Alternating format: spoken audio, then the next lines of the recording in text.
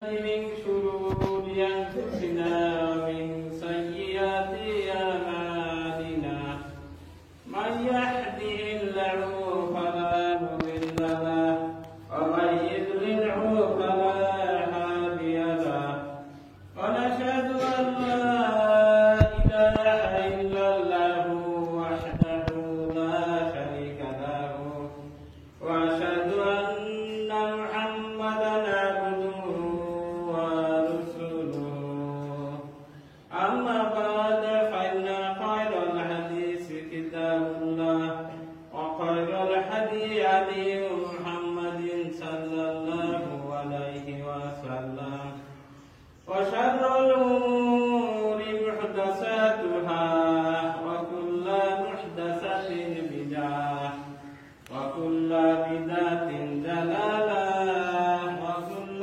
ضلالة في النار. أعوذ بالله من الشيطان الرجيم. بسم الله الرحمن الرحيم. ويل لكل همزة لمزة إلى آخر الآية. وعن حذيفة رضي الله تعالى عنه قال قال رسول الله صلى الله عليه وسلم لا يدخل الجنة قتة রাহুল বুখারী ও মুসলিম। সম্মানিত উপস্থিতি, সর্বপ্রথম প্রশংসা জানাই সেই রব্বুল আলামিনের দরবারে, যে রব্বুল আলামিন আমাদেরকে দুনিয়াবী জীবনের শত ব্যস্ততা উপেক্ষা করে তার ঘরে এসে 2 রাকাত সালাত আদায় করার জন্য উপস্থিত হওয়ার জন্য তৌফিক দান করলেন। সেই মহিয়ান গরিয়ান রব্বুল আলামিনের দরবারে আমরা শুকরিয়া স্বরূপ বলি আলহামদুলিল্লাহ। অতঃপর শান্তি বর্ষিত হোক তার রাসূলের উপর, আমরা সংক্ষিপ্ত ভাবে বলি সাল্লাল্লাহু আলাইহি ওয়াসাল্লাম। সম্মানিত উপস্থিতি, বক্তব্য শুরু করার আগে 2-1টি কথা বলে আমি আমার আসল বক্তব্যে চলে যাবো ইনশাআল্লাহ। আজকের বক্তব্যের বিষয় হলো যে আমল করলে যে আমল মানুষকে জাহান্নামে নিয়ে যায়, এই বিষয়ে সংক্ষিপ্ত বক্তব্য বলার চেষ্টা করবো ইনশাআল্লাহ।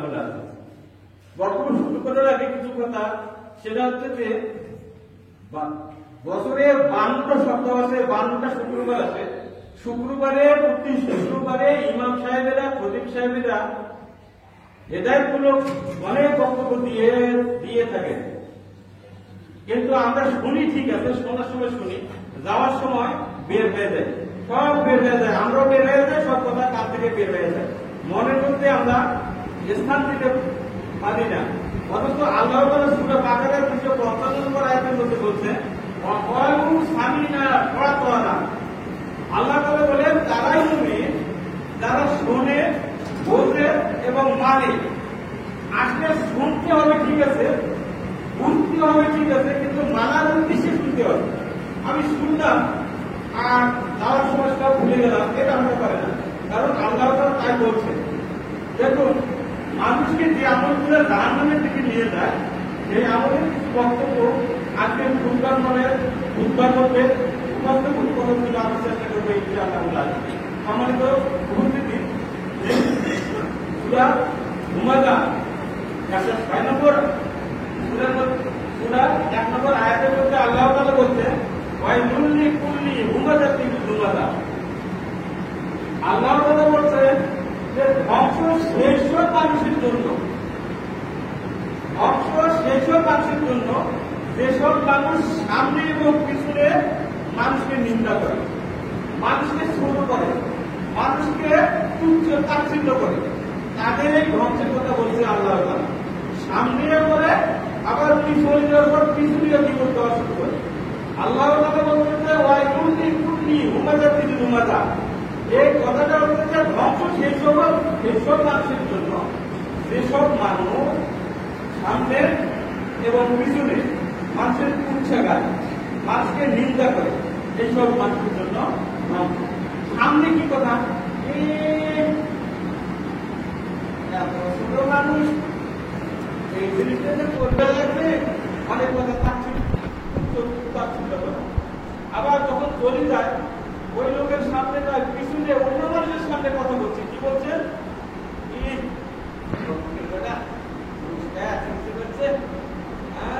ভালো ভাই আছে ইত্যাদি ইত্যাদি কথা বললাম, শুধু বোঝার জন্য দিচ্ছি। আসলে এইসব যদি বলা যাবে না, মানুষকে সামনেও কিছু কথা, মুখ্য মাত্রায় কঠিন কথা ছোট করার জন্য কথা বলা যাবে না, এবং পিছনেও উনি যখন থাকবে না তার অবশ্যই কোনো কথা বলা যাবে না। মাত্র তাকে ভালো কথা বলা যাবে, অন্য কথা বলা যাবে না, তার উচ্ছা দেওয়া যাবে না। আল্লাহ রসুল সাল্লাল্লাহু আলাইহি ওয়াসাল্লাম বলছেন, আবু হুরায়রা রাদিয়াল্লাহু আনহু হতে বর্ণিত, রাসূলুল্লাহ সাল্লাল্লাহু আলাইহি ওয়াসাল্লাম বলেন, লা ইয়াকুলুল জান্নাতা কাতাতুন। আবু হুরায়রা রাদিয়াল্লাহু আনহু বলেন, রাসূলুল্লাহ সাল্লাল্লাহু আলাইহি ওয়াসাল্লাম বলেন যে সকল কখনো জান্নাতে যাবে না। হাদিস মুত্তাফাকুন আলাইহি, তার মানে বুখারী মুসলিমের হাদিস। বুখারীর হাদিস 6056 হাদিস, মুসলিমের 105 নম্বর হাদিসের মধ্যে আল্লাহ রাসূল সাল্লাল্লাহু আলাইহি ওয়াসাল্লাম বলেন যে সকল কখনো জান্নাতে যাবে না। সকল গুলিতে আমরা অনেকে আছি, একাধিক মানুষ এখানে এক কথা বলে আর এখানে এক কথা বলে, এই মানুষের কথা এখানে এক কথা একজনকে লাগিয়ে দিয়ে গেল, ওই লোককে কিন্তু আবার আরেকজনের কথা আরেকজনকে আগিয়ে লাগিয়ে দেবে, এই হচ্ছে সকল গুলি কথা। এই সকল কখনো জান্নাতে যাবে না, রাসূল সাল্লাল্লাহু আলাইহি ওয়াসাল্লাম বলছেন। এটা আমল কিন্তু আমাদের অহরহ হয়ে থাকে, আমরা একাধিকবার করে থাকি, আসলে দ্বিধায় করে থাকি, অথচ আমরা হারিয়ে ফেলতেছি জান্নাতকে।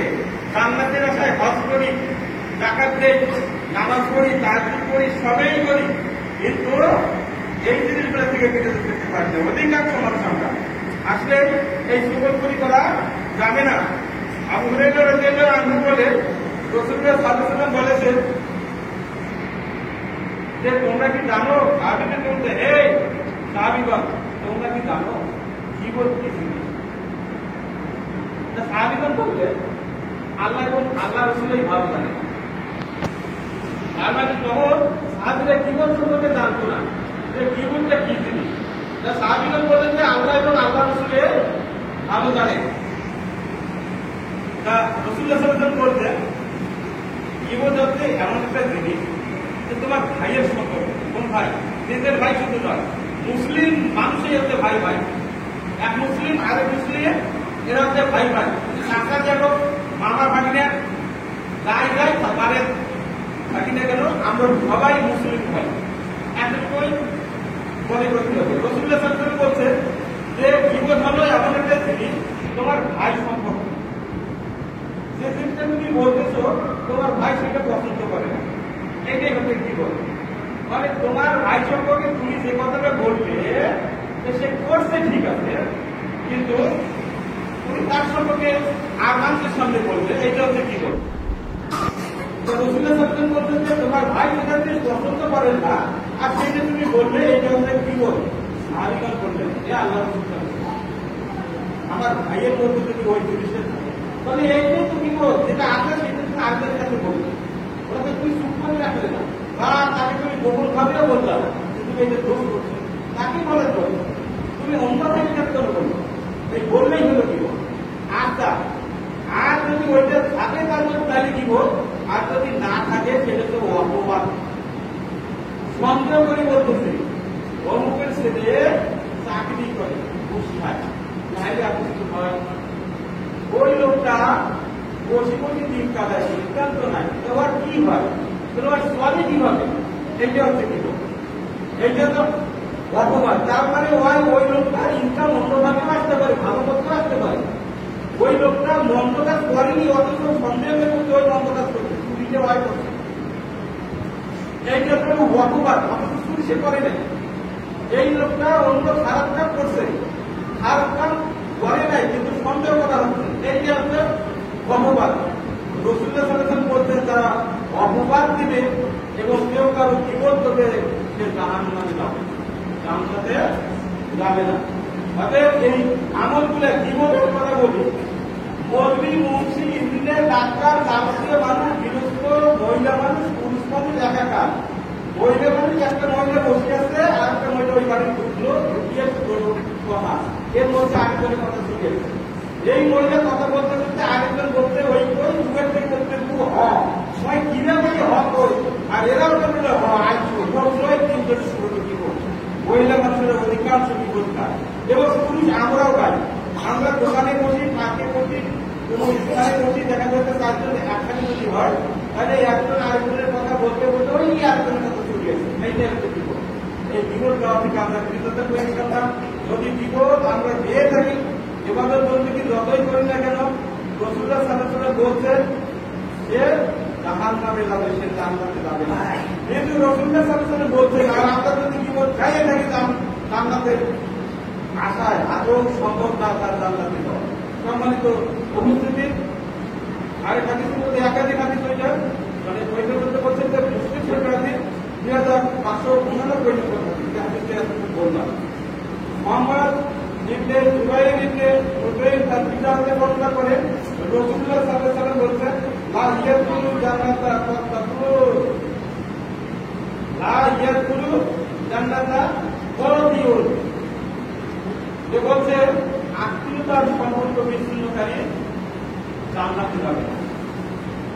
আত্মীয়তার সম্পর্ক বিচ্ছিন্নকারী জান্নাতে যাবে না। আত্মীয়তার সম্পর্ক আমার মা বোন, আমার ভাই ভাতিজা, আমার চাচা চাচি, আমার প্রতিবেশী বলতে আত্মীয়তা, যার সঙ্গে তার আত্মীয়তা আছে। আত্মীয়তা মানে সবাই সবাই আত্মীয়তা থাকতে হবে, হক মারা যাবে না। কি বলতে আত্মীয়তার সম্পর্ক বিচ্ছিন্নকারী জান্নাতে যাবে না। লা ইয়াদখুলু জান্নাতা ফাতিহুন।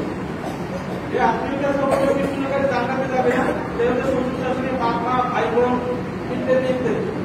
এখন দেখা যায় যে অধিকাংশ মানুষ মন খারাপ করেন না, আমরা প্রায় মানুষের দেখা যায় যে আত্মীয়তার সম্পর্ক বিচ্ছিন্ন আর রাসূলুল্লাহ সাল্লাল্লাহু আলাইহি ওয়াসাল্লাম যখন এরা গুহার মধ্যে যখন জিবরাইল আলাইহিস সালাম তাকে সিদ্ধি করে বলছিলেন যে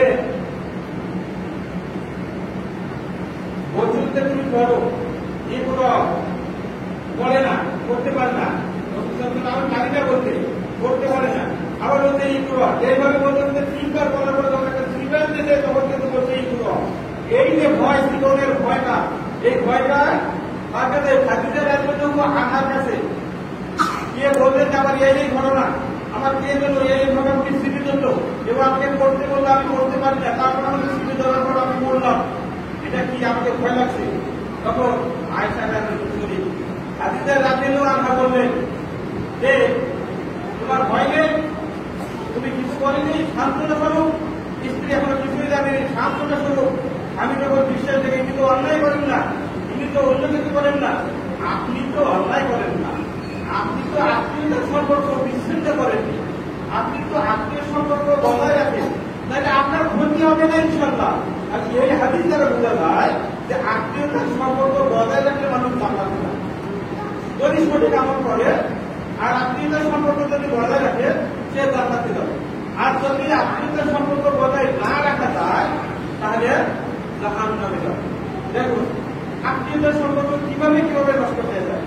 সংক্ষিপ্ত সময়ের মধ্যে কতটুকু বলা যাবে ইনশাল্লাহ দেখি। আল্লাহ রাসূল সাল্লাল্লাহু আলাইহি ওয়াসাল্লাম বলছেন যে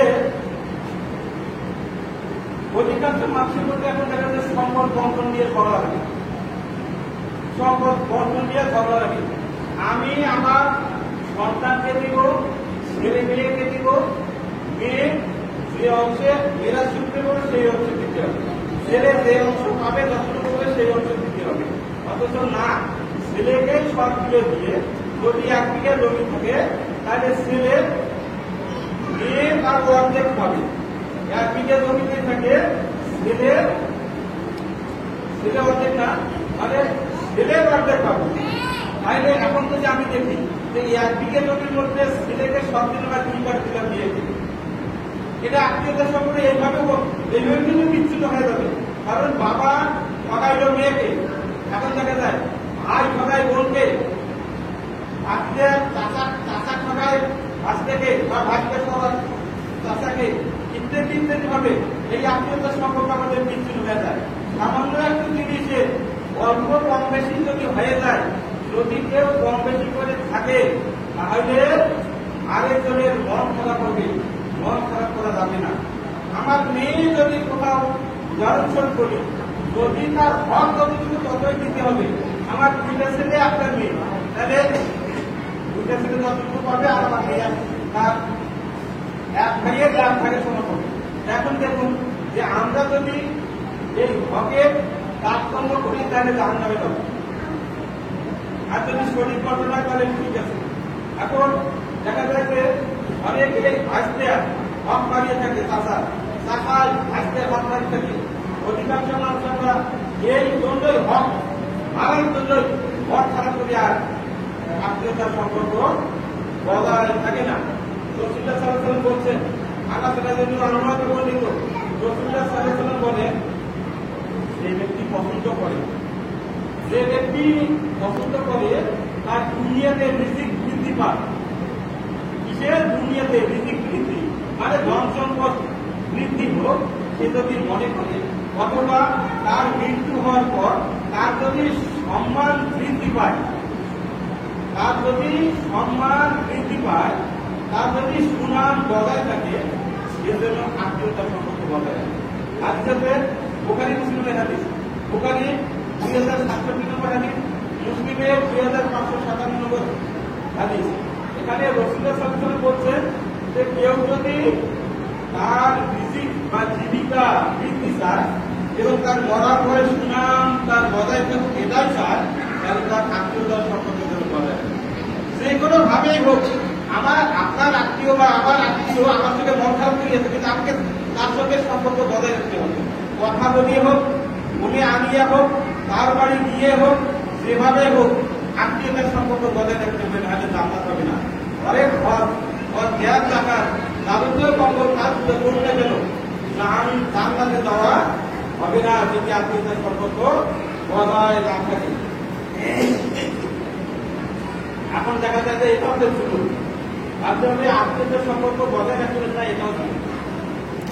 আর আজকাল হাদিস বুখারী মুসলিমের হাদিস, এটা হচ্ছে বুখারী 2447 নম্বর হাদিস, মুসলিমের 2589 নম্বর 79 নম্বর হাদিস।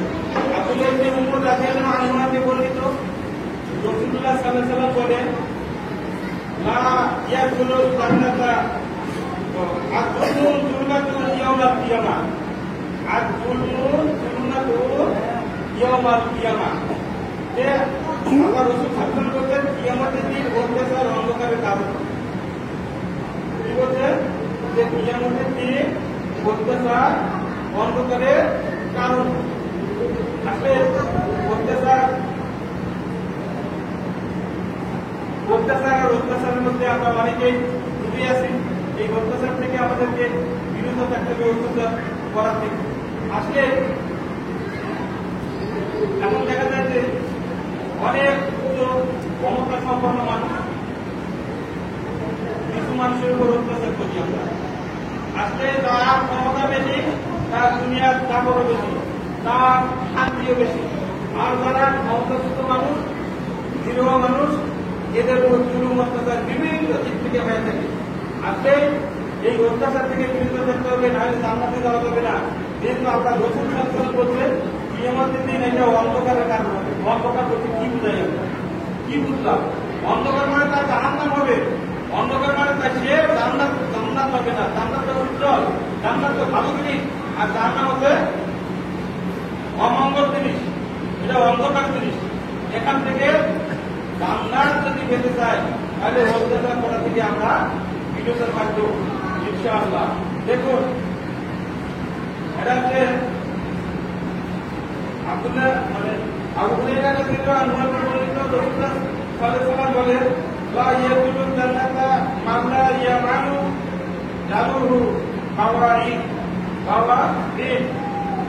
রাসূলুল্লাহ সাল্লাল্লাহু আলাইহি ওয়াসাল্লাম বলেন, যে ব্যক্তি জান্নাতে যাবে না, তার হাত থেকে তার প্রতিবেশী নিরাপদ নয়। যার হাত থেকে তার প্রতিবেশী নিরাপদ নয়। আসলে প্রতিবেশীর হক এমন একটা জিনিস, হক রাসূলুল্লাহ সাল্লাল্লাহু আলাইহি ওয়াসাল্লাম অনেক সময়, অধিকাংশ সময় ভয় করতেন। জিবরাইল আলাইহিস সালাম যেভাবে রাসূলুল্লাহ বলেন যে ইব্রাহিম আলাইহিস সালাম আমাকে যেভাবে ওসিয়ত করেন সেভাবে পড়া,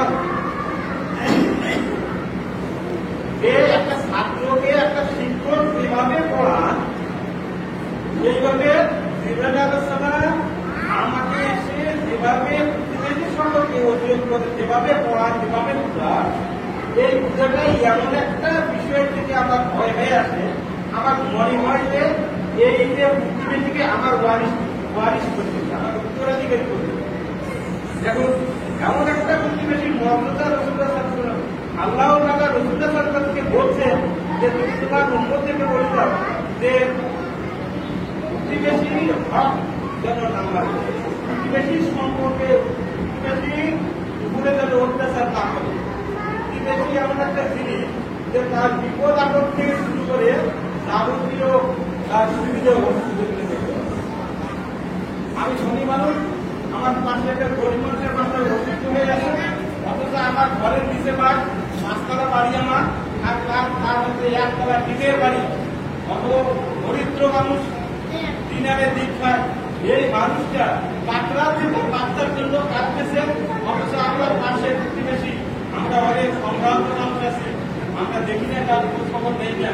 যদিও খোঁজ খবর নেই, টাকা পয়সা দেওয়া কোনো সুবিধা নাই, এবং যদিও তার খোঁজ খবর নেই, তাকে বলতে হবে, এমন ভাবে বলতে হবে কি হয়েছে, তার সাথে কাজ করলে কি হয়েছে, তোর বাচ্চার কাজ চলছে, তোমার ছেলেটা আজ দিন থেকে অসুস্থ, তাকে নিয়ে যাওয়ার মতো ওষুধ দিয়ে কিনে খাওয়াবো, এই টাকাটা আমার নেই। যদিও এখন মনে করি আমরা আমার টাকা, আমার সবাই টাকা আমার মানে সবাই নেই। এমনও অসুস্থ মানুষ আছে যে তার অনেক টাকার দরকার, তার 20,000 টাকার দরকার এই মুহূর্তে, অথচ আমরা প্রতিবেশী টাকা মানুষ টাকা রাখতে দিই না। তবে হ্যাঁ, অনেক মানুষ আলহামদুলিল্লাহ ভালো মানুষ আছে, নাই এটা কথা বলবো না, যারা দেন না তাদের কোথায় প্রতিবেশীকে অবশ্যই যে কোনো ভাবে সাহায্য করতে হবে। পূজা নাই ঠিক আছে, সাহায্য সবাই ফেলে আছে, গরিবেরও আছে। আগের সময় দেখা গেছে 3 দিন পরে এক মানুষ এসে বলছে দিন আগে দিন খায়, 3 দিন ধরিয়া ওদের ফুলায় চলে নাই, চাল ভাজা মুড়ি খাওয়ায় একসাথে মিলিয়া দিয়ে পানি বিধি খাইছিল 3 জন মানুষ। এরকম আছে, প্রমাণ আছে, আপনারা জানেন অনেকে জানেন। দেখুন, সেই কষ্টের দিনগুলো নাই, তখনও কিন্তু এই মানুষগুলো অনেক মানুষগুলো তাদের কাছে যখন আসছে ফিরে যায়নি, তাদেরকে দিচ্ছে। আমি দেখছি নিজ চোখে অনেক এই এলাকার অনেক কিছু সংখ্যক গরিব মানুষগুলো এরাও অনেক গরিব মানুষগুলো পরে একটা কাজ করে শুরু করতে গিয়ে কোথাও বলছে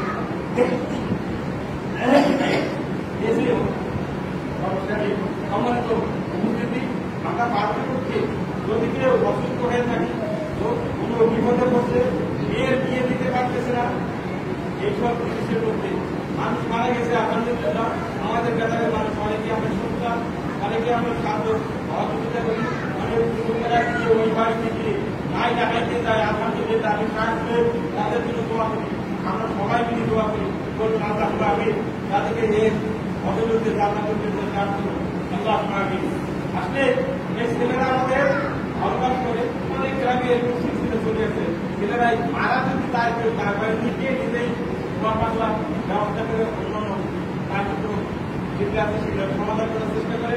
যাই হোক, রসুলুল্লাহ সাল্লাল্লাহু আলাইহি ওয়াসাল্লাম বলছেন যে আসলে প্রতিবেশী যেমন একটা হক, এদের উপর জুলুম করা যাবে না। আল্লাহ রসুল সাল্লাল্লাহু আলাইহি ওয়াসাল্লাম বলছেন যে জুলুমকারী ওই কিয়ামতের মাঠে কি হবে, জাহান্নামে যাবে। অতএব আমরা যতদূর পারি এই আমলগুলো এখন থেকে যে কথাগুলো বলা হলো, আমলগুলা পরিবারের পালন করার জন্য ইনশাআল্লাহ আমরা চেষ্টা করবো। আসলে অধিকাংশ মানুষ আমরা এরিয়া থেকে পারে বেড়াই, নিজের মনের খবর আল্লাহ তাআলা জানেন, আল্লাহ তাআলা নিজের মনের খবর জানেন। আর অমুকের অসুস্থ হয়েছে, ও আমাকে ও আমার ক্ষতি করছে, ওর কেন আমি উপকার করবো না, এটা করা যাবে না। কারণ যদি জান্নাত পেতে চান, দুনিয়া পাইতে গেলে সমস্যা নেই, দুনিয়া পাইতে গেলে হিংসা করবে, সমস্যা নেই। ভারতের কত বছর 50, 60 বছর, 70, 80 বছর, 100 বছর। এর আগে জুলুম করছিল কেটা? জুলুম করছিল ফিরআউন, তার বয়স ছিল 1700 বছর, তার রাজত্বটা ছিল 400 বছর। এই 400 বছর রাজত্বকালেও এত জুলুম করছিল, নিজেকে আল্লাহ বলে দাবিও করছিল, অথচ শেষ পর্যন্ত তার পরিণতি কি হলো? পানিতে চুবিয়ে আল্লাহ তাকে পানিতে চুবিয়ে মারলে। আসলে জুলুমকারীর বিচার দুইবার হবে। রাসূলুল্লাহ সাল্লাল্লাহু আলাইহি ওয়াসাল্লাম বলছে যে জালিমের বিচার দুইবার হবে। তার বিচার জালিমের বিচার। যে জুলুম করে সেই তো জালিম, যে নিরীহ মানুষের উপর জুলুম করে সেই তো জালিম। জালিমের বিচার দুইবার হবে, একবার দুনিয়াতে একবার আখিরাতে। কিছু না কিছু লোকটা এই দুনিয়াতে পেয়ে যেতে হবে ইনশাআল্লাহ, এবং আখিরাতে তার বিচারও ভোগ করতে হবে। সম্মানিত উপস্থিতি, আমরা পালন করতে পারবো, চেষ্টা করব প্রতিবেশীর সঙ্গে এবং মাজলুমের সঙ্গে ভালো ব্যবহার করা যায়। আল্লাহ রাসূল সাল্লাল্লাহু আলাইহি ওয়াসাল্লাম বলছেন যে তিন শ্রেণীর মানুষের দোয়া সরাসরি ভাবে কবুল হয়। মুসলিম শরীফের হাদিস বলছে তিন শ্রেণীর মানুষের দোয়া কবুল হয়। একটা কি? পিতামাতার দোয়া। এই পর্দানে সরাসরি ভাবে কবুল হবে, একেবারে সরাসরি কবুল হবে যাবে পিতামাতার দোয়া। আলো দোয়া দিলেও কবুল হবে, বর দোয়াতে যদি দেয় কবুল হবে। সম্মানিত উপস্থিতি, আলো দাঁড়ান, যাদের পিতামাতা কাছে আছে ভালোভাবে ব্যবহার করার জন্য চেষ্টা করতে হবে। যদি দুনিয়াতে ভালো থাকার চেষ্টা করা হয়, রিজিক যদি বৃদ্ধি করার জন্য চেষ্টা করা হয়, তাহলে এই পিতামাতার দোয়া লাগবে দুনিয়াতে। আখিরাতে এই পিতামাতার দোয়াতে জান্নাতে পৌঁছে দেবে আল্লাহ তাআলা। সম্মানিত উপস্থিতি, পিতামাতার দোয়া, মুসাফিরের দোয়া। মুসাফির মানে আমি ঢাকায় চলে গেছি, ওখানে যারা বিপদে পড়ছি, বিপদে পড়িয়া যদি আল্লাহর কাছে প্রার্থনা করি, কেউ আমাকে ধরছে, ধরিয়ে আমাকে অপমান করলো, আমার টাকা পয়সা কেড়ে নিয়েছে, আমাকে মারধর করছে, যদি আমি ওখানে মুসাফির, আমার কেউ নেই, যদি এই মুসাফির আল্লাহর কাছে প্রার্থনা করে সরাসরি ভাবে কবুল হবে। আরেক ব্যক্তি হচ্ছে, দ্বিতীয় ব্যক্তি হচ্ছে মাজলুম। মাজলুম মানে আমি শক্তিশালী, আমি অত্যাচারী, এবং তারা নিরীহ মানে তার উপর অত্যাচার করতেছে, তার উপর অত্যাচার করতেছে, সে কিন্তু মাজলুম। এই মাজলুম যদি কখনো দোয়া করে তাহলে দোয়া কবুল হয়ে যাবে, আর দোয়া কবুল হবে। যেমন রাসূলুল্লাহ সাল্লাল্লাহু আলাইহি ওয়াসাল্লামকে যখন সালাতের সিজদার মধ্যে ছিলেন, আবু জেহেল, উতবা, সাইবা এরা যখন উঠে ঘুড়ি নিয়ে গিয়ে তার মাথার মধ্যে দিয়েছিলেন, তখন মারার জন্য আমরা তো গিয়ে ওখান থেকে ছুটি নিয়ে উনি সরিয়ে দিয়ে বলছে যে আমি একটা মানুষের উপর আপনারা অত্যাচার করতেছেন, এই মানুষকে নিরীহ অথচ আপনারা অত্যাচার করতেছেন, সরিয়ে দিয়ে উনি ময়দা সালামের মাথার মধ্যে লেগে গেছে। সেই সময় রাসূলুল্লাহ সাল্লাল্লাহু আলাইহি ওয়াসাল্লাম কাউকে বরদোয়া দেন দেখি বলে সেই দিন আল্লাহর কাছে কর্তৃত্ব হয়ে দোয়া করতে, যে আল্লাহ তুমি এর বিচার করি। সেই বিচারের ফলাফল 10 বছর পর পেয়েছে আবু জেহেল, পেয়েছে উতবা, সাইবারা পেয়েছে। সেই যুদ্ধের মাঠে একসঙ্গে আবু জেহেলকে পতন করে দিয়েছে। আসলে মাজলুম, ওই সময় মুহাম্মদ সাল্লাল্লাহু আলাইহি ওয়াসাল্লাম মাজলুম ছিলেন, পারেননি ওদের সঙ্গে, দোয়া করলেন, দোয়া কবুল হয়ে গেছে। আজ হোক কাল হোক মাজলুমের দোয়া কবুল হবেই হবে ইনশাআল্লাহ। আমরা এই মাজলুমের বদয়া থেকে দূরে থাকি। রাসূলুল্লাহ সাল্লাল্লাহু আলাইহি ওয়াসাল্লাম বলতেন তোমরা মাজলুমের বদয়া থেকে দূরে থাকো। আসলে এই মাজলুমের বদয়া থেকে আমরা দূরে থাকার জন্য চেষ্টা করবো। সব মানুষ এই মাজলুম, এখন যারা অত্যাচারী, অত্যাচার সহ্য করতে তারাই মাজলুম। সবাই তো উপস্থিতি আবু হুরায়রা রাদিয়াল্লাহু আনহু হতে বর্ণিত, রাসূলুল্লাহ সাল্লাল্লাহু আলাইহি ওয়াসাল্লাম বলেন লা ইয়াদখুলুল জান্নাতা আল্লাহ ইয়া মারু মারু। এই হাদিস সম্বন্ধে বলছি আগে। আসলে রাসূলুল্লাহ সাল্লাল্লাহু আলাইহি ওয়াসাল্লাম বলছেন তুমি তোমার ভাইকে সাহায্য করো, সে মাজলুম হোক আর জালিম। আল্লাহ রাসূল সাল্লাল্লাহু আলাইহি ওয়াসাল্লাম বুখারী হাদিস 6952 নম্বর হাদিসের মধ্যে বলছেন যে তুমি তোমার ভাইকে সাহায্য করো, সে মাজলুম হোক আর কেউ জালিম হোক। সালিমান বললেন হে আল্লাহ রাসূল সাল্লাল্লাহু আলাইহি ওয়াসাল্লাম, আমরা মাজলুমকে সাহায্য করবো ঠিক আছে বুঝলাম, জালিমকে কিভাবে সাহায্য করবে, জালিমকে কিভাবে সাহায্য করবে, তখন রাসূলুল্লাহ সাল্লাল্লাহু আলাইহি ওয়াসাল্লাম বলছে যে তাকে জুলুম করা থেকে বিরত রাখো। সে যদি জুলুম না করে, জুলুম করা মানে সেটা অন্যায় গুলো করতেছে, সেটা অপরাধ গুলো করতেছে, এগুলোর থেকে যেন সে বিরত থাকে, বন্ধ থাকে। এইটা হচ্ছে